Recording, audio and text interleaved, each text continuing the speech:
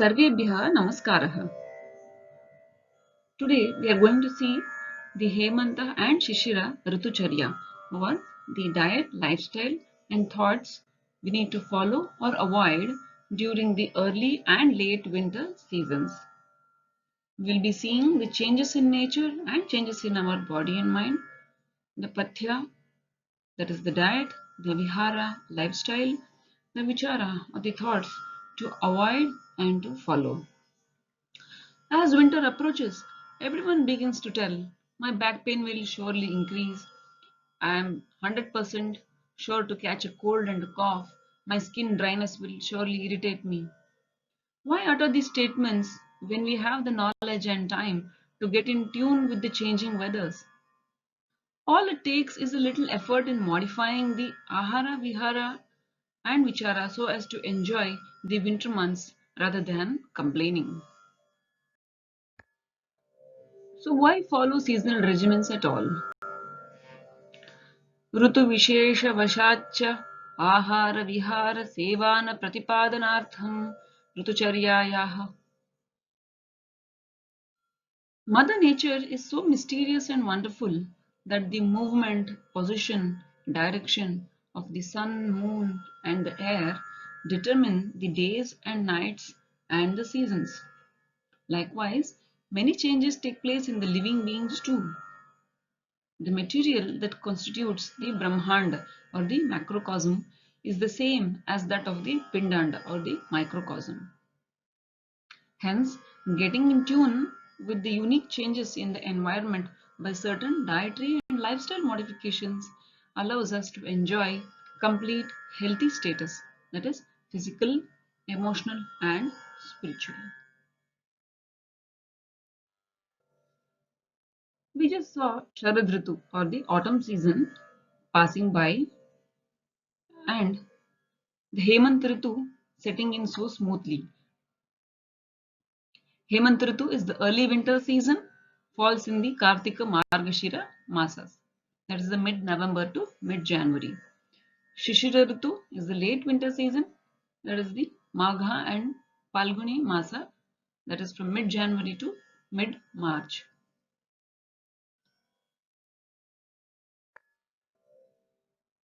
Now, the nights are longer than the days, as you all might have observed. So, one feels hungry as soon as he or she wakes up in the morning. Hence, it is advised to start the day with half to 1 teaspoon of cow's ghee or any medicated ghee such as Mahatikta Grita, etc., followed by half a glass of warm cow's milk, or you can you can even sip hot water. The effects of increased pitta due to the Sharad Ritu and the vata, which tends to get built up due to the cold air, both get balanced by this act of taking the ghee and milk. Okay. We saw what was pitta dosha in the Sharad Ritu Charya video. Now we will see what is vata dosha.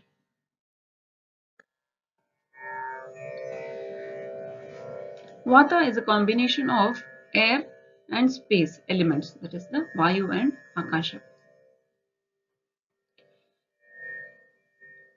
It is a self-initiated, controlled, intelligent and responsible movement can best describe the actions of Vata. Be it the blood flowing in a regulated speed, the neuron signal pathways, your heart beating, the limbs movements, facial expressions, everything.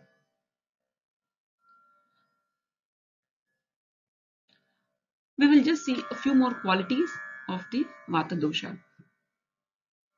Apart from the movement, what I just described as one of the major qualities, it has other qualities such as lightness, drying property, coldness, roughness, minuteness or penetrative action. All these qualities indeed make Vata earn the position of God.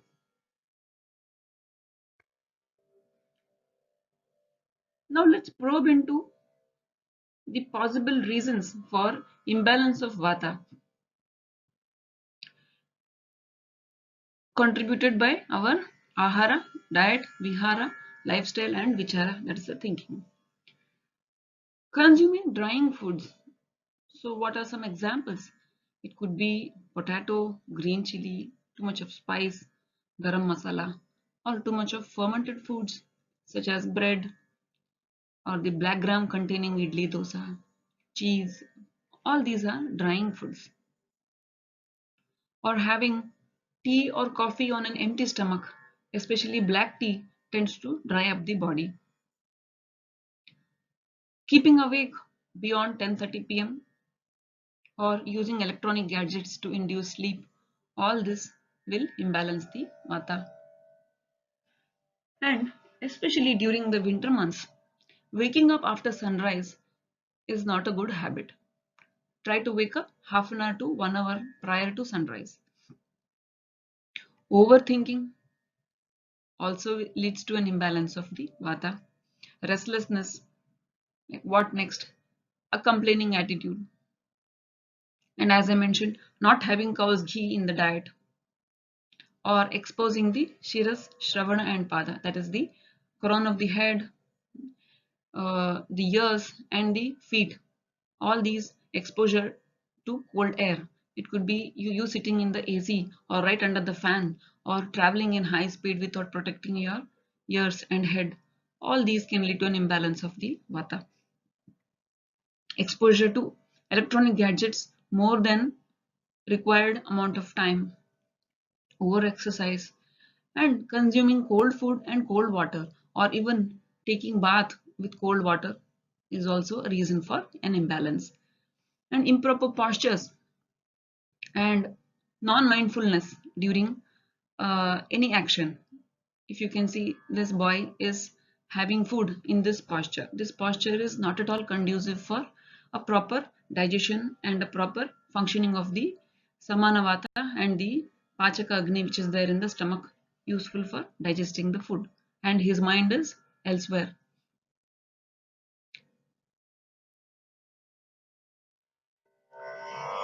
We will just see the other features of Hemanta and Shishira Ritu. The strength of the physical body is quite high, as you all might start observing. The digestive power is also very high, that is the Agni. We need, and the mind is stabler than the earlier months.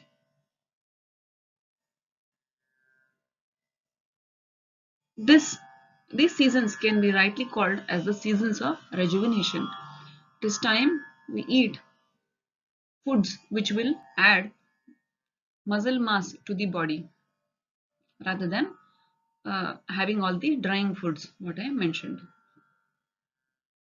And it is also the months recommended for conception.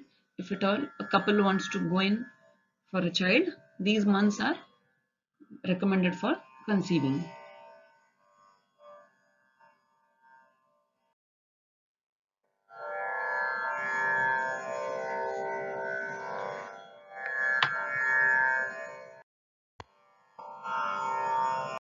The body is so intelligent that to protect us from the external cold, it retains the Agnis. I'm using the word Agnis. We have 13 Agnis, which I will be just explaining within us. So these 13 Agnis are are used to convert the food into the ahara rasa, or the first extract of the food, and then that is converted to rakta dhatu, or the blood tissue, using another agni, and from the rakta dhatu to the mamsa dhatu, that's the muscular system, and so on till the bija, that is the sperm and the egg. Till there we have 13 agnis doing all the transformations and the metabolic pathways. So if we observe in the external Agni or the fire ritual, we use no other fuel other than cow's ghee to keep the external Agni alive. So let us pay an equal respect and a responsible insight into offering cow's ghee to our internal Agni as well. which is working so hard to digest whatever we ingest.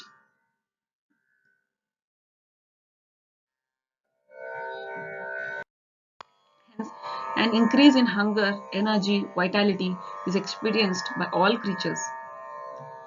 All we need to do is offer this Agni with appropriate ahutis or offerings of a fire ritual at the right time. As we can see now, a balanced Vata flow in the body and the mind will definitely reflect into an optimal health and Ayu. Ayu, that is the life of a person. So protect your Vata by any cost. Now, what is the regimen to be followed during the Hemanta and Shishira Ritu? I will brief through whatever I have displayed. Ahara, we need to increase the tastes such as sour, sweet and salt containing foods. Idli dosa containing black gram can be consumed, but in the day, curd or yogurt can be consumed with jaggery. Sweets made of cow's milk, cow's ghee, rock candy sugar. Sugarcane juice is recommended to be consumed. Salt containing fruit juices made of sweet lime, amalaki or the Indian gooseberry, the kokum, etc. Green gram, cumin, ginger are very good to be added in the diet. Ginger especially is recommended very highly during these 4 months. The people who eat non-vegetarian food can also include mutton soup into their diet. Now coming to the vihara or the lifestyle, waking up during the Brahma Muhurta. Now what is Brahma Muhurta? The place where you are residing. Half an hour to 1 hour prior to the sunrise happening in your region is called Brahma Muhurta. Waking up during this time is a must. If not, the upper respiratory tract tends to get congested with unwanted kapha or the phlegmatic material. We can also use nasal drops with sesame oil or the gingerly oil every night before sleeping, 1 drop each nostril. Using warm water for ablutions, that is excretion, during urination and defecation. Abhyanga or Abhyanga, gentle massaging using sesame oil or any other massage oils to the whole body, if not at least to the main joints and the spine. And don't forget these three places, Shiraha, Shravana and Pada, that is the crown of the head, the ears, inside the ears and the sole of the feet. Wearing of cotton, silk and leather clothes mainly to protect us from the cold winds. There are some yogasanas which can be done for balancing the vatas. Pavanamuktasana, Trikonasana, Veerabhadrasana, Padahastasana, Surya Namaskara. All this can be performed. And in case a person is prone to get accumulation of phlegm in the upper respiratory tract and the nasal tract and the sinuses, he can simply opt for chanting Hu, H-O-O from the throat during an exhalation. The person has to come into Shashankasana and in that asana he has to chant Hu during an exhalation. This can be done for 2 to 3 minutes but on an empty stomach or 2-3 hours after a meal. All the kapha, all the phlegm tends to get expelled out. And we can listen to ragas such as Mohana, Shankarabharana, Kambudi, Kalyani. All these are ragas to relax the mind and to uplift our soul. Now, what are the thoughts or the vichara we need to have during these seasons? It is always recommended to have the company of restful and contemplative people. Meditation or dhyana can be added into your daily routine. Making a habit of reading books that make your mind calmer and stabler. Writing down your thoughts is a very good practice, and these months are a good choice to do so. Bhramari pranayama to increase the heat in the body, to protect yourself from the cold winds outside, and to withdraw your senses within. We'll see what are the things to be avoided during the Hemanta or the Shishira Ritus. Please avoid too much of bitter, spicy, and astringent tastes. Bitter, I mean bitter gourd, etc. Spicy, that is green chili especially, garam masala. Everybody thinks, oh, it's cold, so let us eat some spicy food. No. Moderate your spice intake. You can have pepper, ginger, or cumin, that is jeera, and red chili to a certain extent, but avoid too much of spice, especially green chili and garam masala too in your diet. Astringent taste, that is, if you put a pinch of turmeric, or if you take the black tea decoction, that is an astringent taste which makes our tongue almost numb.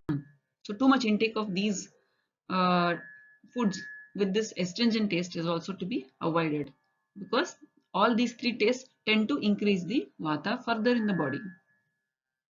And honey also contains the astringent taste.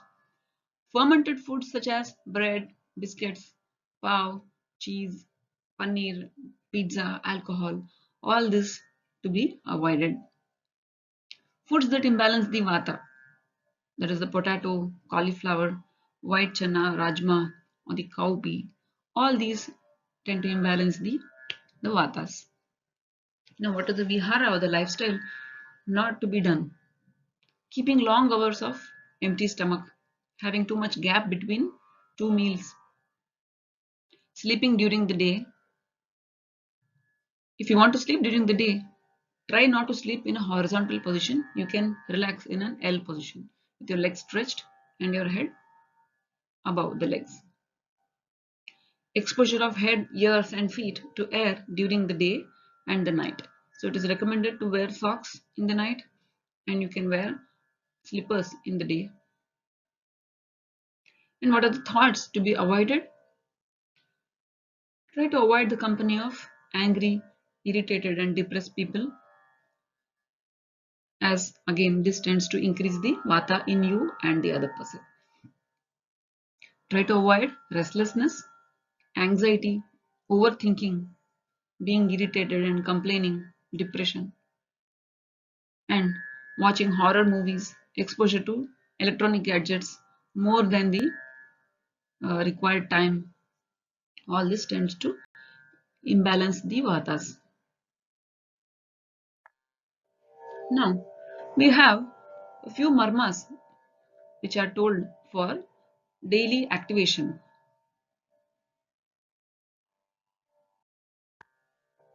We tend to observe an increased hair fall and an increased dryness. So, we can activate marmas such as Sthapani marma, Apanga marma, Vidura and Phana marma. Sthapani marma and Adhipati marma are good for controlling the hair fall, and Sthapani marma is the point in between the two eyebrows. This is for balancing the pranavata or the vata flowing in the head and neck region, our thinking, our decision capacity, skin dryness, and hair fall. All this can be controlled by activating the Sthapani marma. All you need to do is take your thumb and press it on that region and release it. Press it and release it. Do it for 15 times for each marma. Similarly, Apanga marma is at the tip of the eyes. It balances any fluid imbalances in the face and eyes. Suppose you oversleep and you feel a heavy head, then you can activate the Apanga marma and bring it to balance. Vidura and Phana marma especially are to be done together to clear the nasal and the ear passages in case of any congestions. Adhipati marma, it's at the back of the head, just behind the Sthapani marma. You need to use all the 5 fingers making it like a flower bud, making all the fingers come together, the tips, and then use them to activate this marma. This removes the heaviness of the head and the neck region, and of course, it improves hair growth and it gives a relaxation feeling to the head. And we have two marmas in both the feet and both the palms. This is called Kshipra marma and Talahridaya marmas. Kshipra marma is a point in between the index finger and the thumb in both the feet and the palm. This, when activated, clears out the chest and the lung regions and the heart functioning too. The Talahridaya is at the center of the palm and the feet. This improves the overall circulation of blood, circulation of lymph, circulation of uh, thoughts, circulation of the prana, the vital energy in the whole body. You can do all of these whenever you have time. You need not have you need not think about post meal or pre meal. You can do it whenever you get time. Any of these marmas, do it for 15 times and feel the effect. What are the recommended panchakarmas in these seasons are nasya with sesame oil, or you can also use medicated oil such as Anutailam, 1 drop each nostril before sleeping or just as soon as you wake up. Basti or the medicated enemas, the medicines which are administered through the anal route to balance the increasing vata buildup in the body. This has to be done under a certified medical practitioner, Ayurveda doctor. Abhyanga, gentle body massage with again sesame oil or any pain relieving oils. And Mardana, that is the massage with application of pressure at the marma points, what I just described. These months definitely are the months of meditation and contemplation. To just brief up whatever I have said, the last slide is compiled. Waking up at the Brahmi Muhurta is a must. They have told Brahma Muhurte Uttishtet. Uttishtet means you have no choice. You have to wake up in the Brahma Muhurta.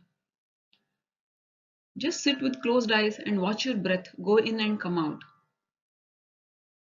Offering prayers of gratitude to the Surya Bhagwan or the Sun God is a very good practice. We also get our dose of vitamin D by exposure to the sun rays, and the heat in the body will be retained, and we can start our day by worshipping the Sun God, who is the center of our solar system. We can also perform fire rituals, Homa Havana, spending time in front of the fire and chanting mantras cleanses our whole body, mind, and the soul. Spend time with yourself, penning down your thoughts. Spend time with healthy, soul elevating discussions. As I told, these are perfect months for body, mind, and soul rejuvenation. Thank you for watching. Stay tuned for Vasanta Ritucharya, that is the spring season regimen coming up after the winter months are over. Till then, kindly try to implement whatever has been told in this video to balance the doshas and to live a healthy, optimum life. Namaskaraha.